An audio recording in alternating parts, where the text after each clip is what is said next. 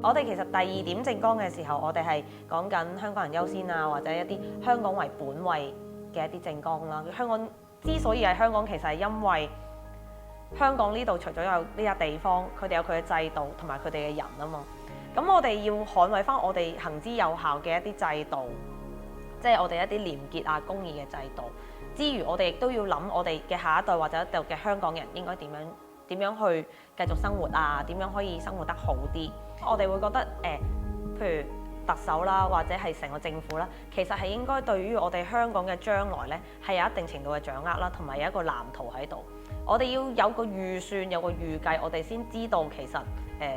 我哋點樣去編排我哋無論醫療啊，或者係基建啊各樣嘢嘅資源。而家我哋見到我哋嘅人口政策係好多時係佢哋嚟到我哋先知，咁我哋每一個病人我哋都會同等嘅心機去醫嘅。咁但係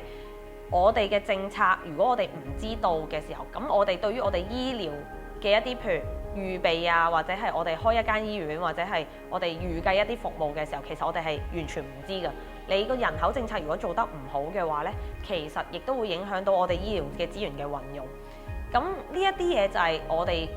見到而家個社會冇嘅時候，我哋希望去重提翻出嚟咯。過去嗰19年啦，咁香港嘅環境係變化咗好多，大家都會覺得香港變咗好多，亦都係向一個大家唔係好樂意見到嘅方向。譬如以前我哋飲一杯水，我哋唔使擔心入邊係有鉛嘅，但係我哋而家要擔心啦。我哋以前唔會覺得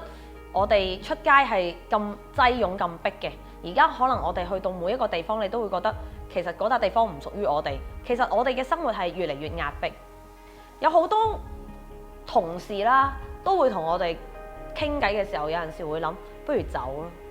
不如離開香港，因為對前景、對於自己嘅下一代好冇信心。其實你自己未必係最想嘅，因為呢度係我哋屋企。我哋真係中意呢一笪地方，香港係我哋由細長大到大嘅地方，我哋嘅經歷，我哋嘅人生喺度開始。咁如果係因為避難咁樣去走，又係咪我哋想見到嘅嘢呢？如果唔走，我哋係咪做到啲嘢去改變呢一笪地方呢？我相信每一樣嘢嘅投入，每一樣嘢嘅增加參與係可以有幫助改變。其實呢一樣嘢係對於成個社會係帶動到作用㗎。今次我哋有一個團隊行出嚟，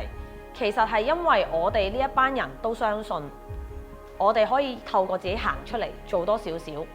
可以話到俾我哋嘅同事聽、朋友聽，其實唔好放棄嘅話，我哋仲有嘢可以做。